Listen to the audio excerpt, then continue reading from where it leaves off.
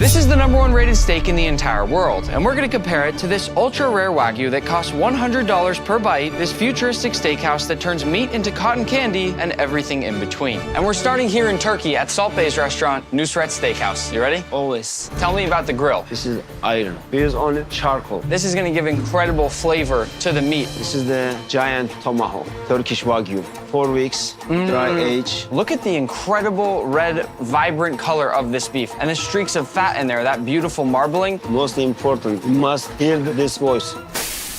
You want even contact across the whole tomahawk on the grill so it gets even char marks, but this is heavy, so it doesn't need you to press it. Obviously, we don't have any browning in the center there, but look at these lines. He flips it sideways for the crosshatch pattern when you get that kind of crisscross on a steak. In addition to the tomahawk, he's also got a beautiful Chateaubriand. This is a tenderloin, but it's the best part of the tenderloin. That's a good sound. Looking good, Salt Bay. When you cook, must be more gentle. Salt.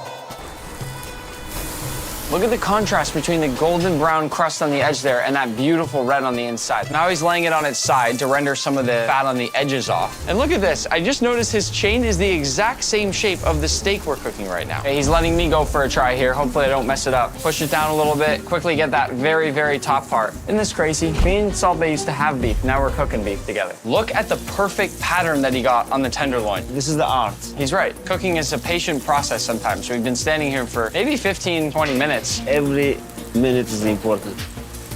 Salt Bay. Every few seconds, he spins the steak just a little bit. And what that's doing is making sure that the whole steak gets even contact across the grill at all times. He's moved it around so much that it almost has a fully even crust. This is the longest I've ever seen a steak cooked on the grill. And it looks amazing. Almost medium. How do you know? Last 29 years, I cook every day. Looks like it's done. It's time for the presentation of the steak, the moment you've all been waiting for. Look at that. Cooked to perfection. The biggest bite of meat I've ever had. That's the color right there that you want in any steak. To see how much care he puts into cooking it and then to actually taste it right away after that. It's juicy. Look at that drip. It's flavorful, perfectly salted, unbelievable. I've always wanted to see him do this. This is so satisfying. Oh, listen to those crispy chicharrones in there. It's one of the best sounds I think I've heard from food. And if you think this looks good, just wait until you see some of the steakhouses coming later in this video. Listen. 3, 2, 1. Salt Bay! Oh my God, with the chicharron in there?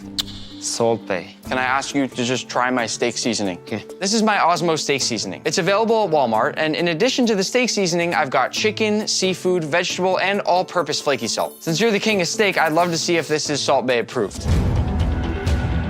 I'm kind of nervous. He's keeping me in suspense here.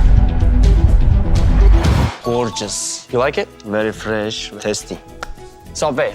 One of the best bites of Thank steak you. I've ever had. Our next stop is a Michelin-starred steakhouse called Cut, and here we're gonna try the rarest steak in the entire world, Japanese Kobe beef. It's so rare that each cow actually gets its own official birth certificate. Oh, and this is my friend Eric. He's gonna be eating with me. How's it going, guys? Why would you wear Crocs? I told you multiple times this was a fancy restaurant. You can take the man out of the Crocs, but you can't take the Crocs out of the man, am I right? I feel like I'll regret introducing you to the head chef, but I'm gonna do it anyways. Nick, nice to see you. How's it going? How are you? I am looking for the dollar menu. Not here. This is what we're gonna be enjoying today. This is the real deal Kobe beef. All Kobe beef is Wagyu, but not all Wagyu is Kobe beef. So it has to meet a certain criteria to be eligible to sell it. You have to have this certification. It's about $100 an ounce. I've had people cry after they've taken a bite of this. What are we about to experience? You know a regular steak, right, Eric? Yeah. Well, if you jump a few levels above that, you get Wagyu. Very fancy Japanese beef. But then above that, there's this very small amount of absolutely perfect Wagyu that qualifies as Kobe beef. And this is considered the best steak on the planet. It's like Big Mac, but 10% better or something like that. No. What I love so much about Wagyu is every single cut is different, like a snowflake. One of the other things that makes it so expensive is you're trimming off so much of these different parts to get to the core of the Wagyu. This one little piece right here is about $25 worth of Kobe. Look at it compared to my head. What are you gonna do with this? The cool thing about Kobe beef, you can do whatever you want to it, and it's not gonna suck. So are you thinking like chicken McNuggets? The whole space back here is hot. Like, it's not just this, it's like the entire kitchen is like scalding hot. It makes me angry back here. I just want to do a quick challenge and see which one of you can hold your hand over the grill longer. Eric versus Chef. 3, 2, 1, go. I'm gonna have burns from I that. can't feel anything. Dude, what are you talking Can't feel about? anything. All right, let's cook. Where do we start? This is a little bit of rendered Wagyu fat. Wow. So not to change the flavor of the beef at all. See how he's seasoning from high up, guys? This is how you're supposed to season. Kobe goes on. The smell is insane. Do you feel like a high level of responsibility cooking this meat? 100%. Yeah, I mean, this is something that you cannot mess up. You're saying that to me like I would mess this up. You absolutely would. What's so cool about how they cook this Kobe here at this restaurant is that they're getting the flavor and the grill marks from the charcoal and the wood over here, and then they're moving it over to a plancha to cook it the rest of the way through in a different way. I like it a little past medium rare. It looks so good. You might shed a tear or two. This is gonna be the best steak you've ever had in your life. You guys are in for a treat. We're just gonna serve it simply with a little bit of salt. The plating is awesome, super simple. Let's do this. Cheers.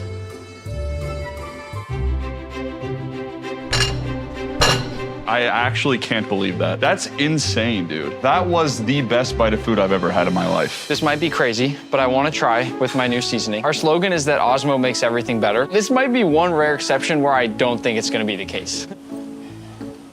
That's insane, dude. It's fun. The only thing I feel like could make it better is some ketchup. Let's go to the next steakhouse before I get mad. Our next restaurant is a Brazilian steakhouse called Max and Guga's Meatery. Since my friend Guga is Brazilian and Max cooks meat almost every single day, I asked them to open a one-day restaurant just for this video. Nice to Welcome meet you. in. Nice to meet you. Heard so much about you. This is quite possibly the most exclusive steakhouse in the world. It is as exclusive as it gets.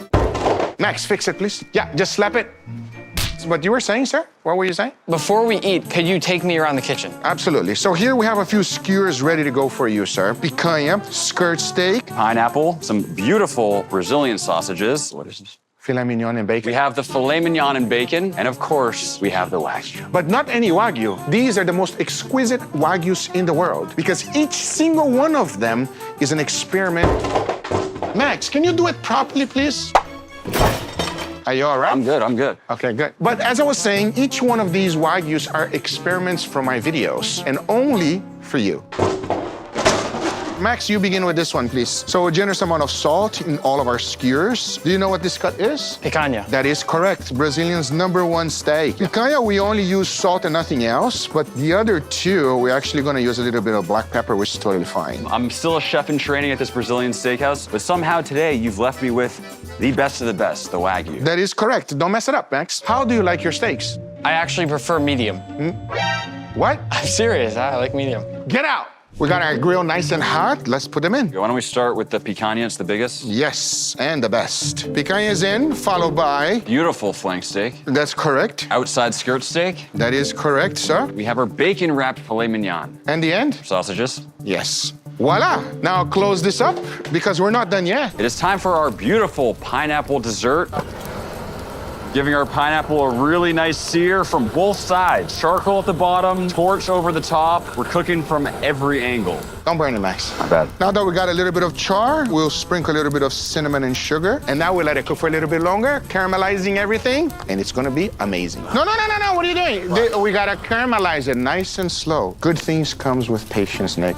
Oh, Guga! Let's check in on our meat. Oh, okay, we're getting there. Color is looking great on that skirt steak. All those juices just basting itself. That man is in for a treat. He is. Let's cook you some Wagyu, sir. Straight from Japan, several different gradings. I just wanna ask one more time, how do you like your steaks? Medium. And the key is to get a nice, beautiful golden brown crust. That type of caramelization is the one I like. You go sit down, sir. You go enjoy. We're ready? Yes. We're ready. Now we serve. Here we got some picanha, sir. We have some beautiful flank steak. Nice and medium, just the way you like it, sir. Wow, that looks cooked really well. Oh my gosh. Sorry about that. You're gonna poke me in the eye. I apologize. The picanha is really good. Max. Lower it here to his table. So unprofessional. There you go, and then put it out. Yeah. Yes, chef. You just upgraded, good job. It's cooked plenty? I'll double check for you. No chance you guys are supposed to be eating. I will say, so far, very good. I quite literally believe that Guga and Max could make the best Brazilian steakhouse on the planet for one day. Probably not every day, but definitely for one day. Sir, we got some slices of, apologize. Wow, the nice thin slice right there. Yes, sir. Very good. I think you could use one more slice. You almost just poked my eye. Don't. Max, Nice. put it Insane. down. This You is have actually so dangerous. I apologize. The marinade on this is fantastic. Very good, huh? This is the biggest plate of meat I've ever had at a Brazilian steakhouse. They actually did an incredible job. All right, I need you to try this one. It's a picanha, Wagyu A5, some of the greatest picanha this side of the Mississippi. Wow. That's incredible. Thank you. Good job, chef. And here we have the specialty, sir. Just a few pieces of Wagyu for you.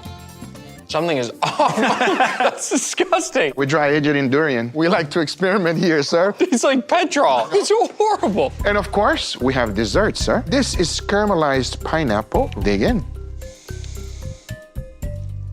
That is exceptionally good. Maxigug is meatery. You wish you could eat here, but you can't because you guys are permanently closed right now. At least we made it one day, Max. Our next restaurant is Peter Luger Steakhouse, the #1 rated steakhouse in New York City that's world famous for its dry-aged beef that's served on a hot, sizzling plate of butter. I've also brought along my friend Matt Stoney to help me eat. If you haven't seen him before, he is one of the best competitive eaters in the world. First, we're gonna check out their dry-age vault. This room we're entering right now is filled with over $1 million worth of dry-aged beef. And to remind anybody who doesn't understand, the entire point of dry-aging like this is to develop lots and lots of flavor in beef. It smells like a weird cheese. I've never smelled a smell like that before. As we walk down this room, the meat is gonna get harder and harder because it's been aging longer. The meat just goes on forever. They just have tons and tons of meat hallways in here. Peek over the top. It's like the coolest view I've had in here. I'm not that tall. You want me to lift you up? Sure. Oh, it's beautiful. Some of these actually feel like a rock. I think I've torn my knuckle a little bit by just knocking that. I can push this as hard as I can with my hands and fingers. Nothing. Now the hardest part, picking the meat that we're gonna eat. Dude, I eat hot dogs. I have no idea what I'm looking for here. Ooh, look at these guys. That one is huge. Matt, I think I found our meat. Frank is a master butcher. He's gonna help us break this thing down. And he's gonna start by trimming off that outer bark since we can't eat that part. And then that right there is the first full steak being cut. Of all the pieces we just got, this is the biggest, nicest one. This is a porterhouse. But there's just one more quick step before cooking, which is to trim off some of that excess fat. Here's a good before and after look of trimming off that fat. Matt, be honest, in one sitting, how many of these do you think you could realistically eat? That stack looks doable right there. What? All right, time to cook this bad boy. They have these crazy ovens here. It's basically like a giant broiler. These are 1,000 degrees Celsius. 1,000? And as you can see, they put a lot of very fine salt on the top of the steaks. The reason there's so much salt is it's only going on that top side. And then later, when they add the butter, it's gonna melt down with all that salt and create almost a sauce. I've never seen steaks cook like this before. Like the flame is right there above it. It's oddly calm. Oh, it's on fire. It's like making a s'more. Looks like it's time for a flip. Oh, nice. Oh, baby, there we go. Look at those bubbles on there. All of that really fine salt has dissolved across the steak. When it's almost done cooking, they're gonna slice the steak. And as a reminder, this is a porterhouse, so you get both that New York strip and the tenderloin here. But the very final step is to cook it a second time in some butter to give it some extra last-second flavor, and that way they can send the finished plate out to the dining room when it's still hot and sizzling. Matt, you wanna share or you want your own? Is that a question? This looks amazing. I think there's something about watching it be cooked that makes me hungrier. It's like waiting in line at Disneyland or something, you know? It's like you see all the action, you get really excited. I'm gonna go for a piece of the tenderloin first. I'm going for a little butter dip as well. Dude, the butter's insane. That butter really good. I can taste the dry aged flavor. And the crust is crazy. I don't think I've ever had a steak like this before. Usually there's some sort of flavor. This is like the most pure salt, butter. Well, that's the thing. The coolest part about the steakhouse to me is that the flavoring is all done in that dry age room downstairs. They don't need seasoning, but maybe they don't know about Osmo. We're moving on to Born and Bred, the 15th best steakhouse in the world known for its Hanu beef, Korea's ultra-rare version of Wagyu that never leaves the country, which means I had to fly all the way here just to try it. And I've also brought along my friend Doobie to eat with me. 안녕. Ready? I'm ready. They're letting us first take a quick peek in their butchery where they prepare all the beef for this experience. What differentiates Hanu versus other types of butchery is that the cuts are much more specified to really make sure you get that really nice texture and flavor all in one. What they're doing here with this beef is mostly letting the lines of fat guide where they cut so that they are not cutting through the actual meat. But what's really crazy to me about all this is that I'd never heard of Hanu before we started working on this video. It's such a well-kept secret in Korea, and that must be for good reason. This is amazing.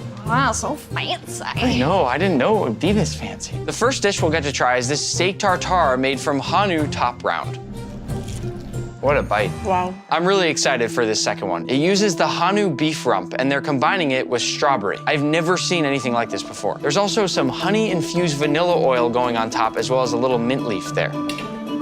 Oh my gosh, it tastes like a dessert. Wow. First thing that came to my mind before I tasted the beef was strawberry shortcake. You're onto something. Next, we get to try this Hanu tenderloin topped with a bit of truffle. I really love the simplicity of this dish. Meat and truffle, how could it go wrong? That's a juicy fella. It tastes so pure, but the flavor is not very overpowering in a nice way. It's unlike any piece of beef that I've ever tried before. Before our next bite, it looks like we're getting a palate cleanser. Some mango with a little bit of black lime zest.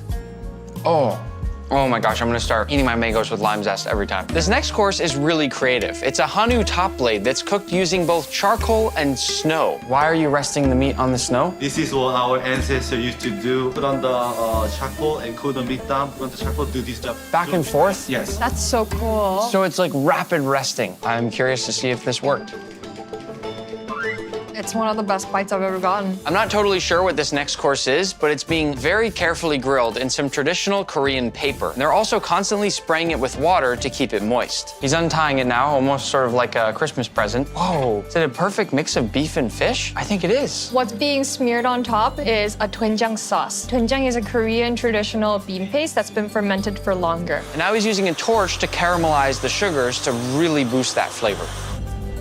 It tastes like a hamburger patty with miso black cod. Nobu meets McDonald's. Getting close to the end of the meal now, we've got some hot pot using Hanu top sirloin. I love how they're using every cut of beef in a completely different way.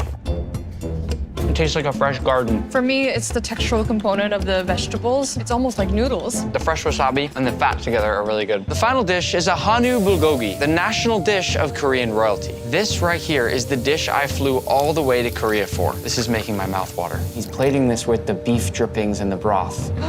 What is this? It's a pansang, the Korean classic table fare. This is the highlight. Where do we start? I think I'm gonna go for a leafy green. We put our beautifully seared galbi on top. We do a little bit of the marinated raw crab, a little bit of rice. You wrap it up. Boom, here we go.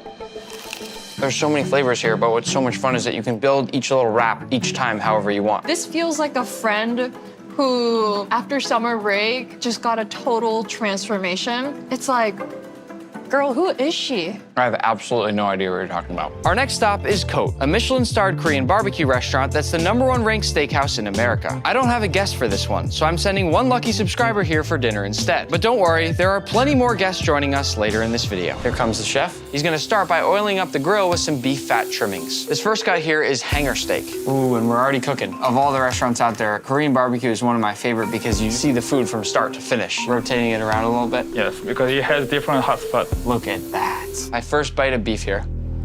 The hanger is the most underrated cut of steak. That's my favorite cut, actually. Me too. Boom. I love how many sides there are, by the way. The sides here are actually part of the reason this is the only Michelin-starred Korean barbecue restaurant in the United States. I'm gonna use them to make a nice lettuce wrap.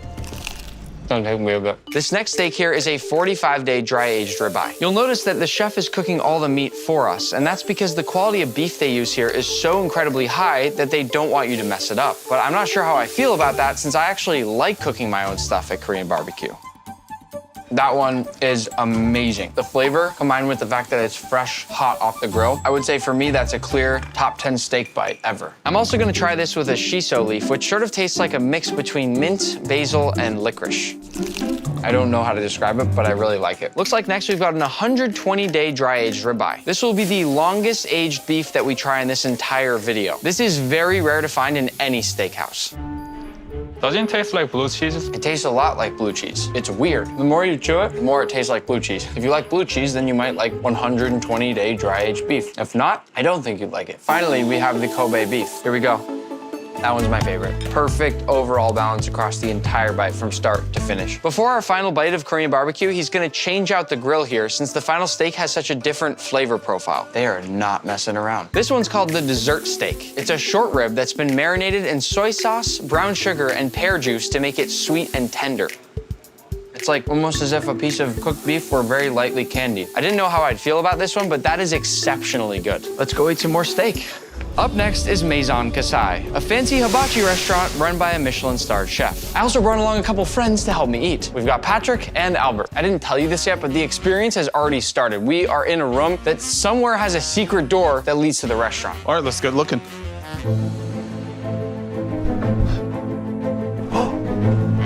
Nope, that's not it. Oh, Albert, you found it. Oh, no way. Welcome, guys, welcome. All right. All right, here we go. Okay. Who wants to try? Get loose. Oh, no, I don't like this. I don't like this. All right, here we go. We're just gonna stack this egg. What? Oh. Leaning tower of eggs. All right, we're gonna light it up. Oh! Oh! We're gonna start off with some eggs. What? We're just gonna play with our food. It's like art. For the vegetables, for the rice. Is that day-old rice, chef? Week old. A week old. All right, there we go. So hard. Oh, I love you guys. Oh, is that the Osmo Damn. seasoning? Yeah, we got our furikake with sesame seeds. I love furikake. We have the veggies here. Some shiitake mushrooms, some rosemary. Wow, I love that. That right there is one of the small but important details that separates the good from the great. Beef talo. Another thing that separates the good from the great. Start off with our ribeye. Beautiful ribeye. I mean, at a regular teppanyaki place, they're not wrapping the meat like this with like rosemary and thyme. So this is just next level. Okay, there we go. Careful. Hey! Oh! This one's dangerous. Do not try this at home. Grab this. Oh, what? Oh! That was crazy. What is this guy?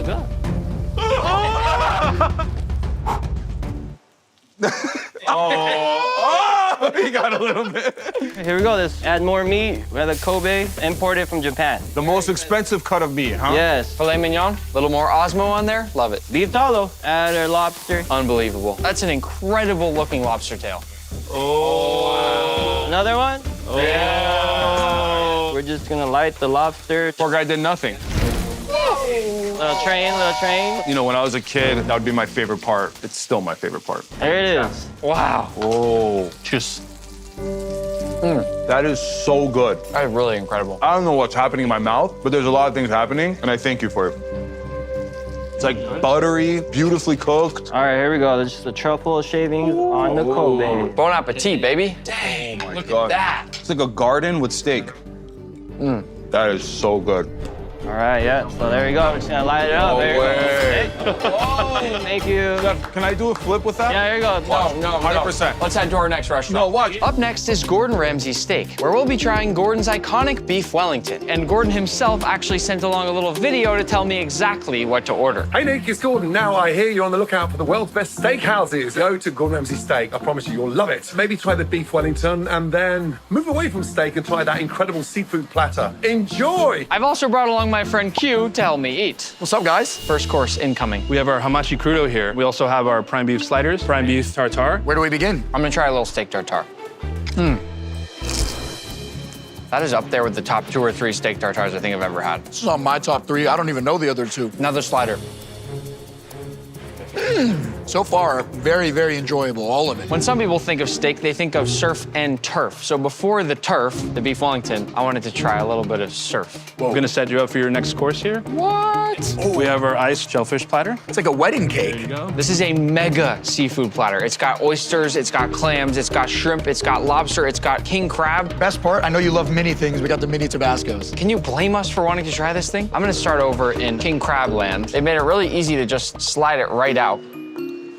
Wow. I'm gonna do a little lesson for everybody on oyster etiquette. Give it a little bit of lemon, a touch of cocktail sauce, then slurp, chew it, enjoy it. You take that oyster shell and you flip it upside down. Which indicates that it's empty. I'm gonna grab a shrimp now. Everything's delicious. I don't know how you can't love this. You ready for the main event? This is it, Gordon's classic beef Wellington. It comes with a pomme puree. That's a fancy way of saying potato puree, as well as a few different vegetables, a little beef glaze, and of course, the actual Wellington. Perfection. You'd think it'd be hard to cut because it's beef, but it is like butter. You gotta make sure you get that puree. Oh man, it's iconic, it's delicious. So soft. It's got so many different textures. The crispy puff pastry on the outside and the creamy mushroom puree that's right inside that. And then the beef, of course, is a nice, beautiful, chewy texture. As it all comes together, it's the perfect bite. This is probably my 10th time having one of Gordon's beef Wellingtons, and it is perfect every time. Every single time. Let's go to the next restaurant. We are now in Paris, France to try steak frites, and I'm here with my friend Charles, who's gonna say the name of the restaurant since I don't know how. L'atelier entrecôte et volaille. This is the #1 restaurant in Paris for steak frites, but what really sets it apart is their secret sauce that people fly from all over the world just to try. Bonjour. Bonjour. Oh, very French, your bonjour. This is a typical French bistro. Look at the wood, the mirror, and look also how the table are really close together. When you eat, you are really close to stranger. But that's French. This is Antoine. He's the executive chef, and he's gonna take us through how they make their steak frites. He starts off simple by tenderizing the meat just lightly, and then adds a little sprinkle of salt. Listen. They put the meat on the grill for 1 minute, then he turned the meat 90 degrees. He's getting that nice checkerboard pattern on the beef. Now he takes the meat once it's finished cooking and brings it up to rest. While the steak is taking a nap, we're gonna see the fries. This is the secret. The fries are pre-cooked. And with this technique, you have extra crispy fries outside and a puree inside. Into the hot oil we go. Again, the fries are already pre-cooked. We just need to basically crisp the outside now. And he's gonna give them a little shake to make sure they don't stick together. What a great sound. Fun fact, French fries were not actually invented in France. You knew that. Yeah, but I don't remember the country. The last thing to do is toss those fries in some salt, preferably Osmo. Oh, listen to the crunch. You wouldn't think they could taste so different from how they taste in the United States. They taste so different. What makes this restaurant and their steak frites so special is this sauce right here. This took them years to perfect. How many people know this recipe? Only 2 people. And he's one of them. Do you have it? The plating here is simple and traditional like any other French bistro. This keeps the focus entirely on the food and its flavor. A beautiful French bistro just for the 2 of us. Merci. Ooh. Oh, look at that. Very classic French presentation. Fries in the sauce. Oh. Oh, the sauce is so complex. Huh? The first thing that comes to my mind with the sauce is sort of like a creamy French pesto. I know what you mean. I think I taste tarragon, too. Yeah. If you look up close at the sauce, you can see how many different specks of color and ingredients there are in there. Do you know you have more than 20 ingredients in the sauce? How do you know that? It's a secret. I'm gonna jump to the meat. Really, really simple. Lightly tenderized, but it's already been aged just a little bit. The sauce tastes different based on what you eat it with. I just take the perfect bite. Steak, fries, and sauce. That's the best bite. It's like a good song. What song would it sound like? Good like black. I was initially almost a little bit skeptical about whether the sauce would be really that good, and it is that good. So maybe you that watch the video, you say, just steak and fries. But steak and fries, perfectly cooked with the sauce, it's an amazing experience. My first ever meal in France, definitely a good one. Et maintenant, tu vas manger une autre viande. I have no idea what you're saying. Our final steakhouse is Bazaar Meat, which blends Argentinian-style open flame cooking with Spanish creativity to serve up some of the most futuristic steak dishes you'll ever see. I've also invited my friend Joe to eat with me. What up? He's a world-famous music artist, and he's got a concert in about an hour, so we gotta go. This is one of the craziest kitchens I've ever seen. This is our grill setup, burns really, really hot. This basically is our main pass. The main pass in a restaurant is the control center. The food comes through here for you to see it before it goes out. Wow. I love how everything's wood-fired. You know before tasting anything that the flavor is gonna be On point, yeah. One last thing before you start eating, guys, I need you to pick your steak. We have Washugu, Rosewood, Akaushi, Stemple Creek. Joe's my guest. I'm gonna let him pick. That one. Perfect. The first dish is a foie gras cotton candy. This looks crazy. Cheers. Cheers. Oh, that's interesting. You have that pillowy, melt-in-your-mouth texture of cotton candy. Then you have the corn nuts, which are crunchy. And then they have the soft and creamy foie gras. Kind of tastes like cereal. Like a foie gras-flavored corn flake. Yeah, kind of. Course number 2, Japanese A5 Wagyu air bread. I don't know if any of you ever watched the Netflix series Chef's Table, but this is the featured dish from that restaurant on that series, and it looks unbelievable. Oh. That's crazy. There's this very light, super flavor-packed cheese foam on the inside, and then the rest is just hollow. That's gonna be hard to beat. This one's called Neptune's Pillow. These are quite literally perfect pillows. You'll notice that it's tuna and not steak. Still think it's gonna be delicious. Oh, that's a 10 out of 10 crunch. That one went right off the charts. Dish number 4, classic steak tartare. It comes beautifully presented like this. With a little movie magic, poof, the beef tartare is all mixed together. You first, please. A little tartare sandwich. Who made a nicer sandwich, me or Joe? Cheers. It tastes like a really, really good soft hamburger. Very expensive slider. Course number 5, bison carpaccio. This one looks insane. Whoa, there's so much going on. You get hit with a little spice, you get a little bit of kind of blue cheese, you taste the celery, and the meat is so incredibly thin that it just kind of melts in your mouth. What's happening? We're going to Japan right now. Oh. We have omi beef, we have satsuma, and we have bushugu. Bushugu basically translates to beef of the samurai. So this farm used to feed the samurai back in the day. Today we are samurai. We're gonna go ahead and cook a couple of table sides. Listen to that sound. Going for a flip? Nice. These only sear for literally just a couple seconds on each side. This type of beef is so incredibly delicate, so you cannot overcook it. We're diving in.